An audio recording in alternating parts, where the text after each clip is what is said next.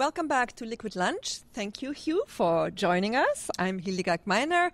We are going back into the theme of inventions, and I don't know, is that why you came back to me? That's I why was so lonesome without you earlier. Although it's all about inventions today with Roger Walsh and the hose.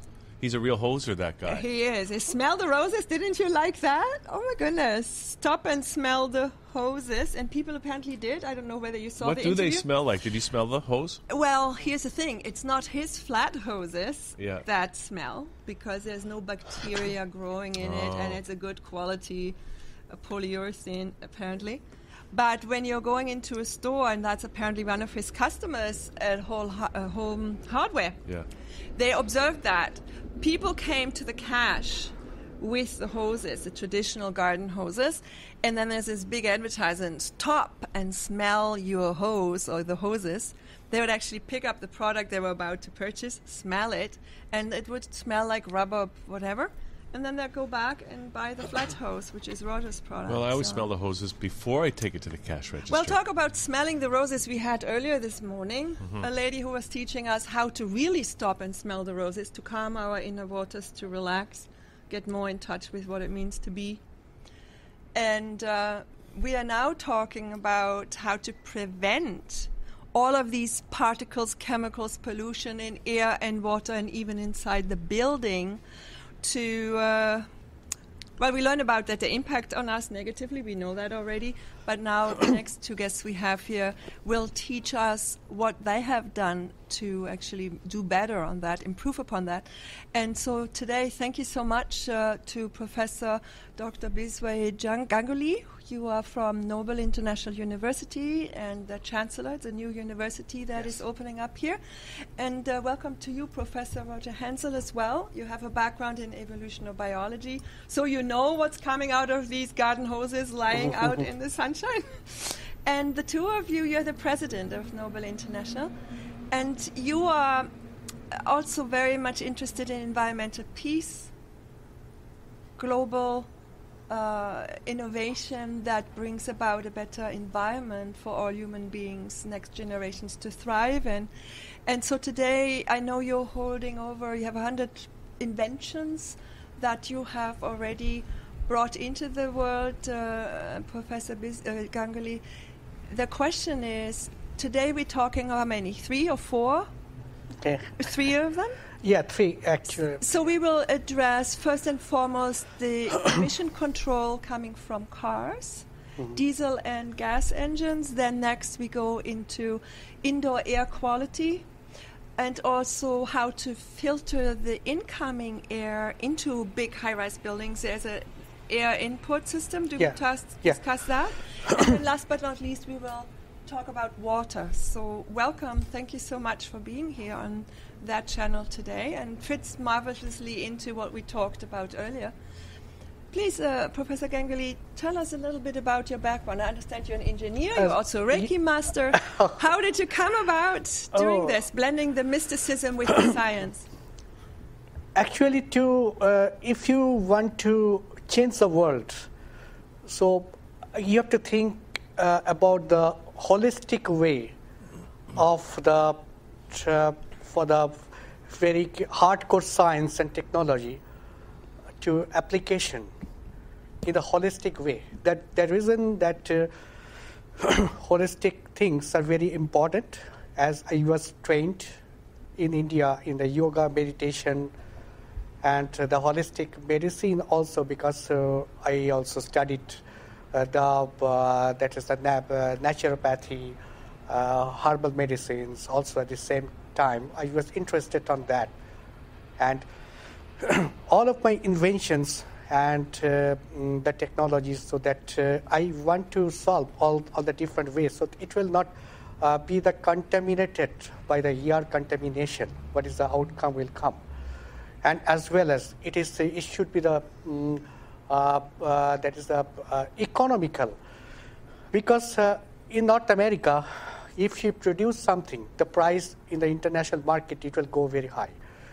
But if we can develop something in the economical way, maybe in the technologies that I have our factories, they are in India, especially there's some experts and technologists that they are taking care of that at my research lab there, as well as in North America also. That so to manufacture in an economical way in India, all of my technologies, so the price will be very economical, and it could be given to all over the world, not only North America, also all part of the world, because some inventions, especially the inventions of the control of the automobile pollution, industrial pollution, as well as those are the most carcinogenic, and indoor and outdoor air quality,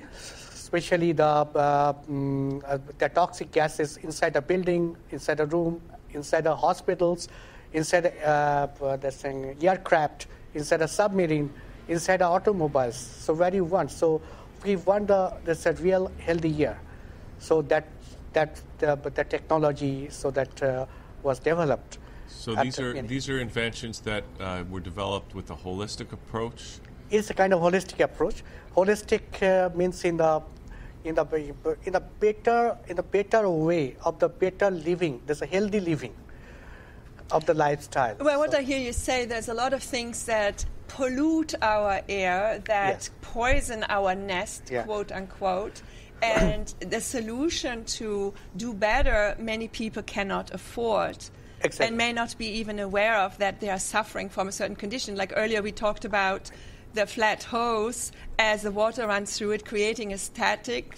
And bacteria will stay away. So there is, no issue drinking from that hose. Well, I didn't know that a garden hose had that build-up. So not to mention, we were not aware that there was a flat hose one could buy before today, So it's very, very important. Now let's talk a little bit about, you talked air pollution in India, and yes, the pollution outside in Asia seems to be much higher than here.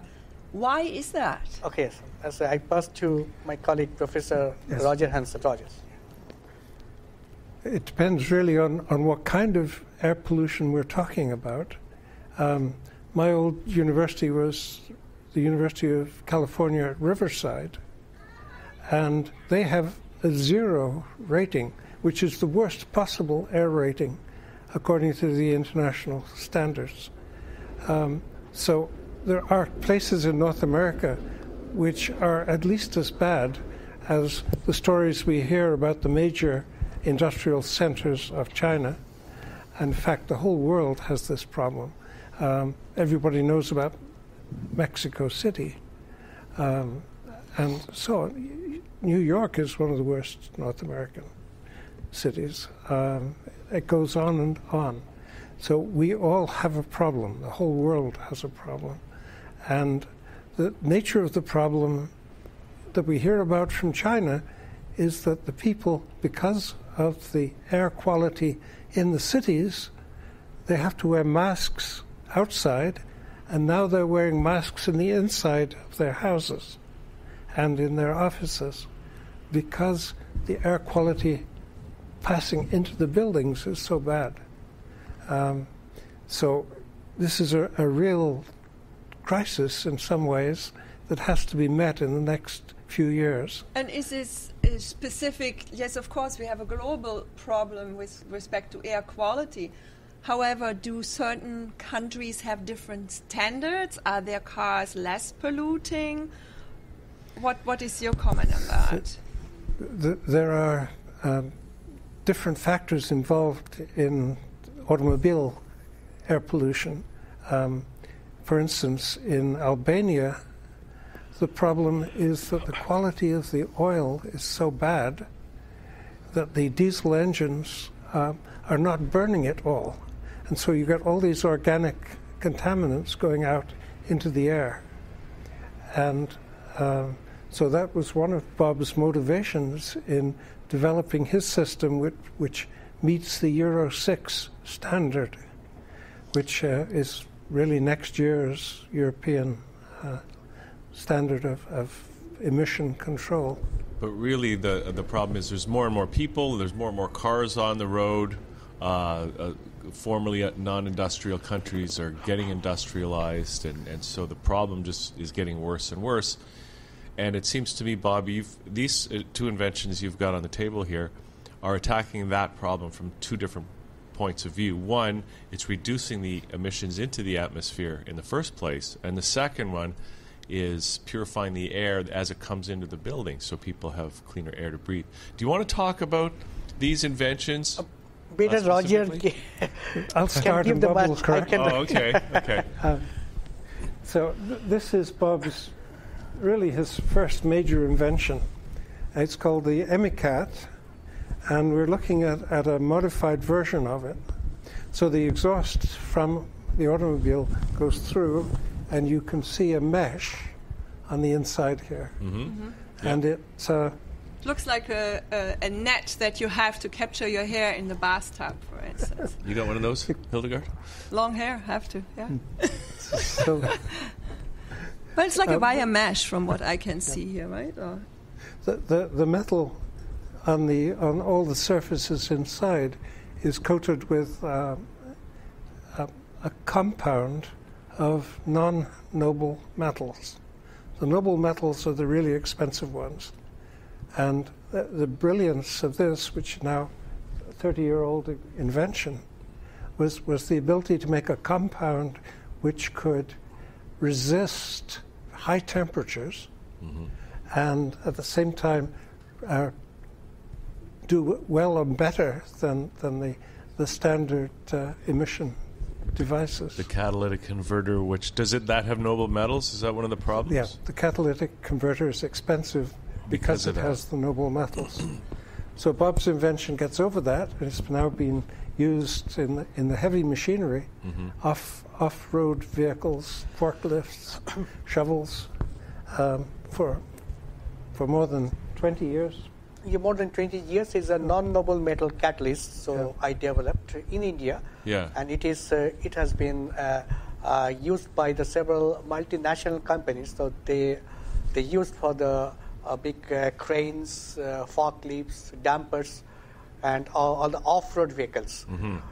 But this is important for any kind of automobiles and in the city. So why wouldn't traditional auto manufacturers use something like this? It would seem to me cut their costs and possibly improve the performance or the cleanliness of the vehicles.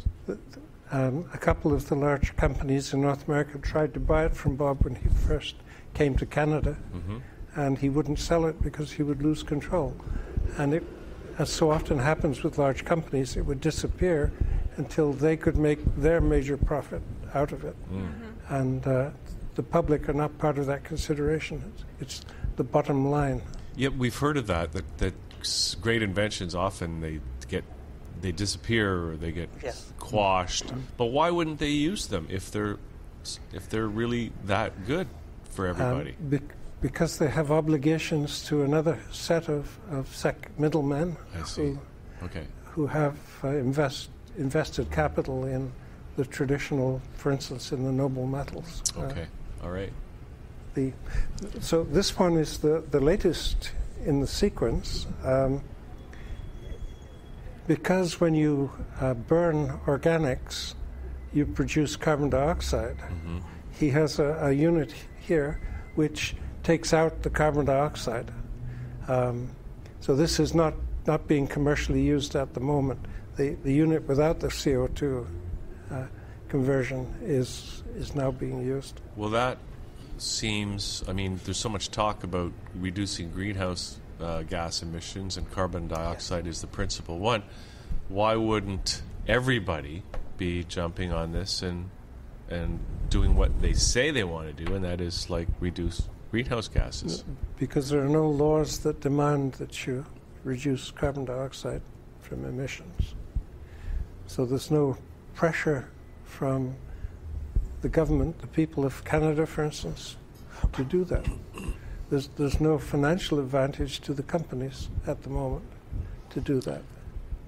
So the financial incentive might be for the government to see how much do you spend on healthcare costs, which probably is related to less oxygen in the air and a lot of degeneration of cell material and cancers and all of that. So we always hear how the cost of healthcare go up. Well, that would actually impact the governmental budget really quickly if you don't have that many people in the hospital. For a city like Toronto, the health budget is in the billions.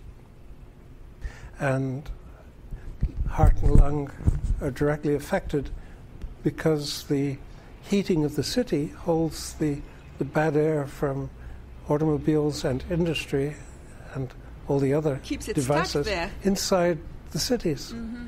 And that's another question for another time, is how to break that heat island. But, but if you hit the main source of the pollution, you can solve a large part of the problem. Mm-hmm. And so the EMICAT is a big success. There's one part, but you have another part. What is that about then? That is also part of that car emission control system, right? Yes, Bob finished developing this last year, and it works on diesel and gasoline engines, and it's a device which improves the combustion of the bad fuel. So that's how we're able to meet the Euro 6. With the combination of these two things, you improve the burning so there are less pollutants in the first place, and then you take the remainder out with the EMICAT. So now, are you getting better performance as well? Maybe the engine's running a little better, getting more mileage? That's certainly a possibility, but we haven't got into those kinds of iffy questions where you're promising the people something that hasn't been proven over a number of years. Right. Okay. So yes, he finished it last year. The likelihood is, because you're improving combustion, mm-hmm. you're also getting better performance. Mm-hmm. Well, you mentioned earlier dirty oil in Albania. This may not really be what we need to discuss here, but maybe you have some insights to share people might be interested in.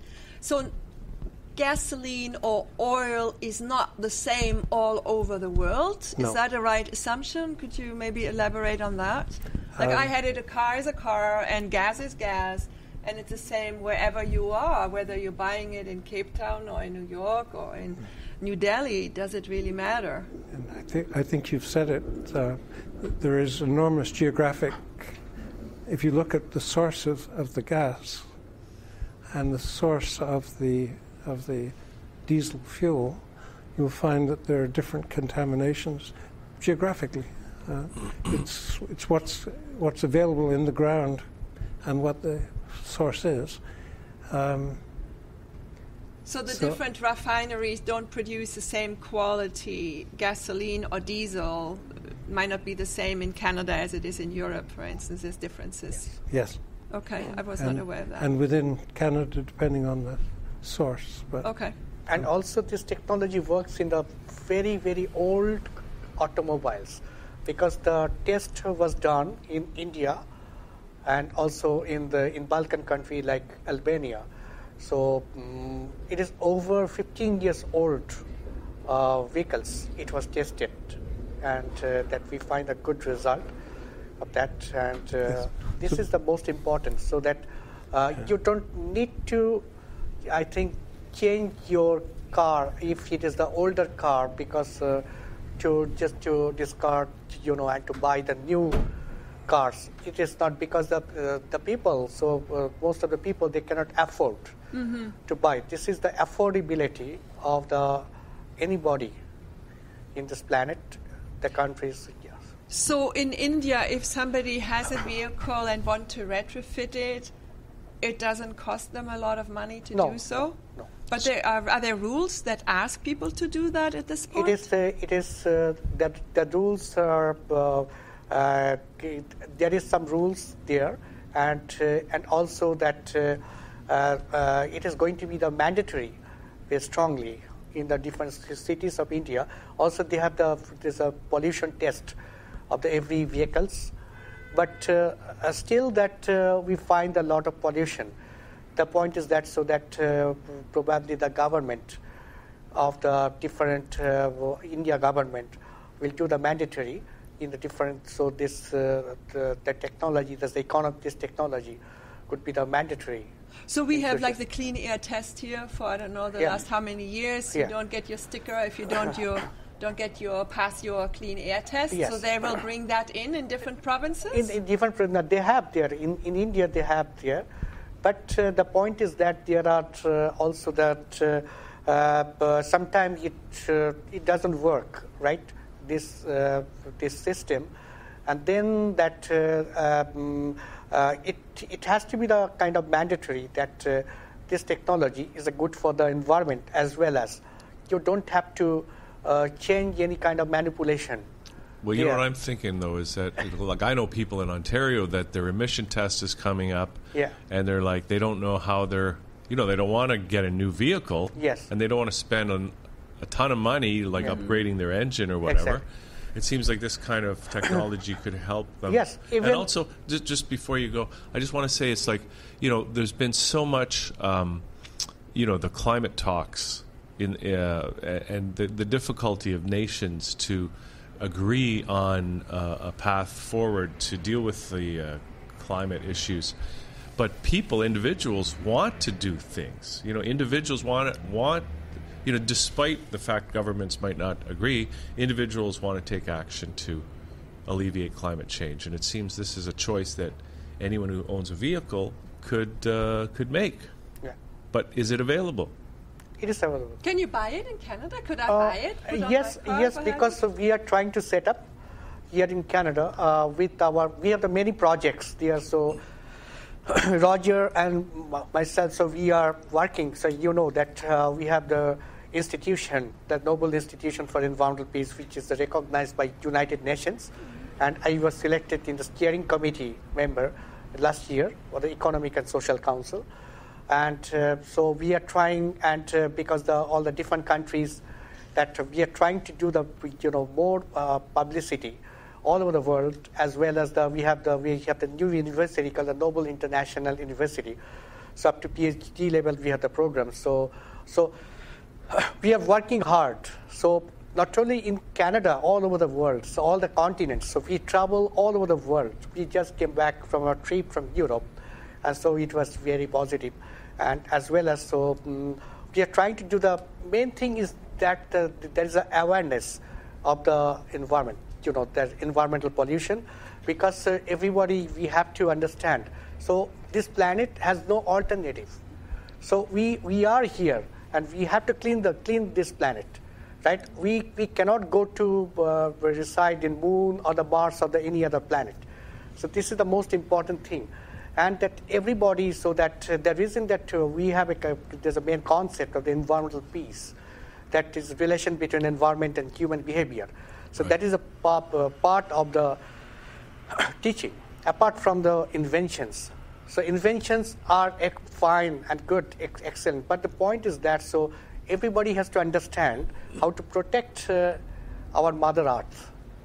This is our mother, this planet. So this is the most important. So that sounds like the driving purpose behind the work you're doing to create these inventions. Exactly.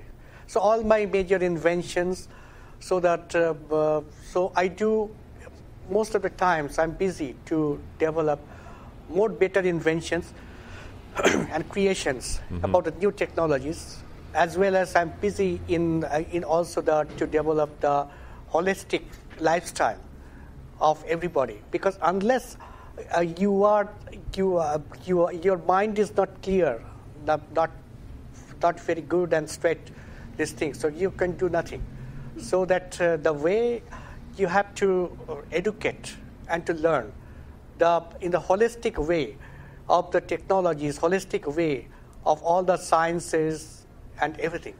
Well, the ancient peoples, doesn't matter what continent, were aware that the human being is an integral part of the planet. Yes. Hence, when the white people came and wanted to buy some land, they couldn't understand the elders. What do you mean you want to buy land? Can I buy your left toe?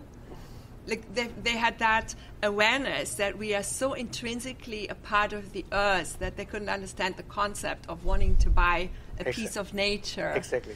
So you're right, we have to get back to a consciousness of unity and understanding that the short-term material financial gain by selling dirty oil or combustion engine cars, it's not sustainable, and we have to do something about it. Exactly. And it actually makes our living room smell up as well. Is that the next step we will take? Are we going to indoor air from here? Yes. What is the other device that you have brought to show us?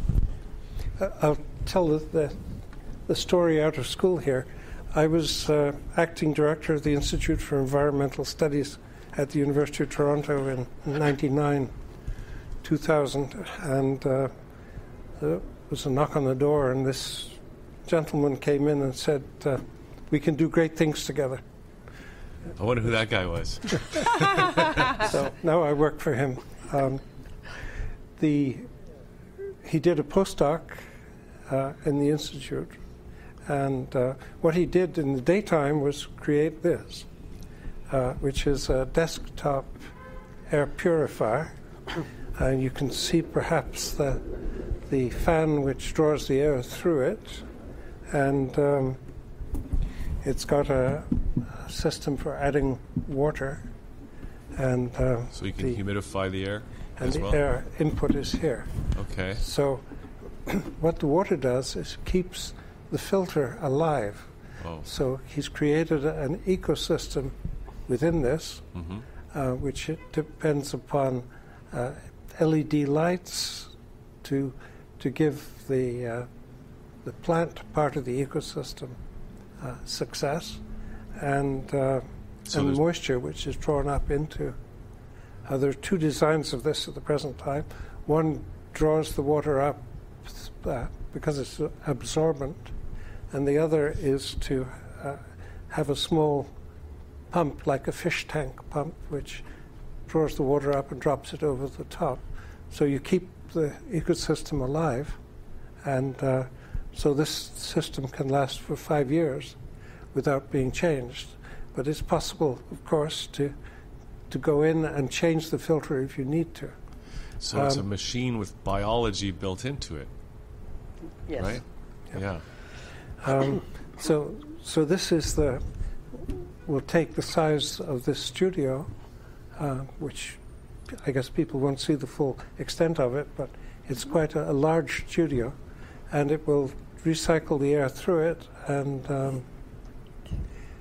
and make it pure, so it runs 24 hours to do that. So you have kind of a little forest inside with a little stream that takes all the bad air out of this room and kind of cleans it up for us so we breathe more oxygenated air. Yes. Incredible. And so A forest in a box. Now, is this commercially available in Ontario? we don't have it being manufactured at the moment, do we? But we can start it just any time. So especially that we have to the mechanical structure that I mentioned, that we can make it very economically from India, and it could be only the structure could come any part of the world, and every system, any country, that we can set up the special system of the plants and the organics there, and then put it inside. No, we already have air purifiers, right? So, what would be the unique? What's different and better about this? Does it filter down to a smaller? It detoxifies. The living system uses the pollutants as food, and they detoxify. So the air that comes through lacks the 130 plus gases that are in this room right now. It was tested by Environment Canada at the time, over 130 the toxic gases, so which it could be detoxified. This is the unique thing that of this invention. Especially if you just see that any building you go, there's just the filter. There's a change in the house and everything. But it just kind of filtration of the particulates. Yeah. It's a certain size that it will capture, but everything below that No, this goes is the through it. particulates, but it changes the chemistry of the toxic gases. This is the unique thing. Wow. So it's actually a catalytic converter in a different sense as Yes. well. It takes something that's damaging And most important, so in the holistic part of that, because all the carcinogenic diseases as well as the other diseases for the skin thing, problem of the skins and everything, even for there's a mental depression, the stress, everything comes from the contaminated air. That's what we are taking. So if it is every building, every house, every aircraft, everywhere, so that I can guarantee that this curve will go down. Even the rate of the cancer and rate of the other diseases will. So this sounds like something every house needs, every house, airplane, everywhere. every building. Everywhere, even in every car, every small car, everywhere. So this is a design that I can do. So that's not a problem. Even all the big buildings, such as the high-rises buildings, so that in the major cities all over the world, so that they are building. But regarding to the environmental of the air quality, so the technology is just for the filter the particulates. So this could get rid of sick building syndrome. Sick building, Right? That's right. Yeah. Yes. Yeah. Your facilities have been used by another program, I think, and you talked to an inventor, a German gentleman, who invented the living wall system. Yes. And so the fundamental concept, the ecological, is the same. What Bob's done is miniaturize it, and got it to work in the local area. The living and the same concept is where they're using swamp environments to clean water. You put the pollution through it's the same concept. You're using nature to using nature to clean. Well, this is in Phaeton. They did this a long time ago. Mm-hmm. There is this huge building. The sewage literally comes in on one end, and then a couple of 100 meters down, they give you the water to drink. Are you serious? I saw your cesspool up there. But they've been doing it in Scotland for many, many years. Yeah. The beauty, the engineers have also taken off on this idea of water purification. They call it the trickle cell concept, and it's fundamentally the same idea. They trickle the water through an ecosystem, and it cleans the water. The trouble is there are some chemicals. We produce thousands of new chemicals every year in our civilization without any real holistic idea of what's happening. And the result is that some of these do not yet have the bacteria which can break them down. Right. So you have to be very careful when you're dealing with industrial water to how you use the water after it's gone through the system. It's very difficult. Even for the water purification system, so that it was I was contacted by in America, United States, so they were interested for one of their major cities to get the economical water purification. So they're saying, because the USA, Canada, those are very advanced countries, but still that need the more 100% purification of the water. So that it is a good concept. That is, we are still working on that. Even the water purification in the other different countries, like African countries. So we've been there in South America, and there's some models there. One model, so that maybe that after our this thing, there's a discussion. The slideshows will be just continue. So that is very simple, these things. And in the daytime, so we just take there's a sunlight and just absorb the ultraviolet radiation. It cleans all the bacteria and all the toxic elements there. And in nighttime, that machine automatically generates UV radiation. So day and night, you can get the pure water. So what does that machine look like? Do we have a picture of it? I have a picture. We're going to see that at the end. Okay. At the end, so that with the with everything, so that you can see the other pictures. Even yes. Okay, now we don't have too much time left, but I want to make sure we say everything we want to say here. Okay. And Roger, go ahead. So the next step here is whole building air purification from the point of view of having this kind of unit now working on the air intake, so that if you're in, say, Beijing and this bad air hits the building, you can detoxify it right at the surface of the building. And so that's what Bob is doing. He's expanding his concept for control of the quality for the whole building. I'm almost thinking that you maybe want to be speaking with architects who can build this kind of technology into building design at the very beginning, right? Yeah. Yes. So what's standing in the way of these devices being used, of us improving our quality of life, our air quality? Right. Capital. Okay. Capital of the funding, that is very important. Then we can, and also the law, the enforcement of the law in the different countries. This is very important, so that everybody should buy for their for the necessities is important. But if there is a kind of legal things is applied strongly, then it is the best way. So they don't have to change their old car to the new car, new automobile. So they can use this technology and to get the best results. That's it. Well, yesterday the budget was passed in Ontario. I don't know whether you listened to it. Interestingly enough, gas prices go up. Yeah. And that will help our environment. So that is a great thing. And as well as I have the many more inventions that I already, some of them use maybe over 20, 30 years back, something I was working with the free energy, something to get the better way of to get much more reduce of the hydrogen cell. So I will come in the next interview, something, so how to get the energy from the atmosphere and it can produce the electricity or something. So that's a good technology. So that I have a model Roger wanted to show, so that I built it a few years back and to show it. Yes, it works. Yes, Roger? Mm-hmm.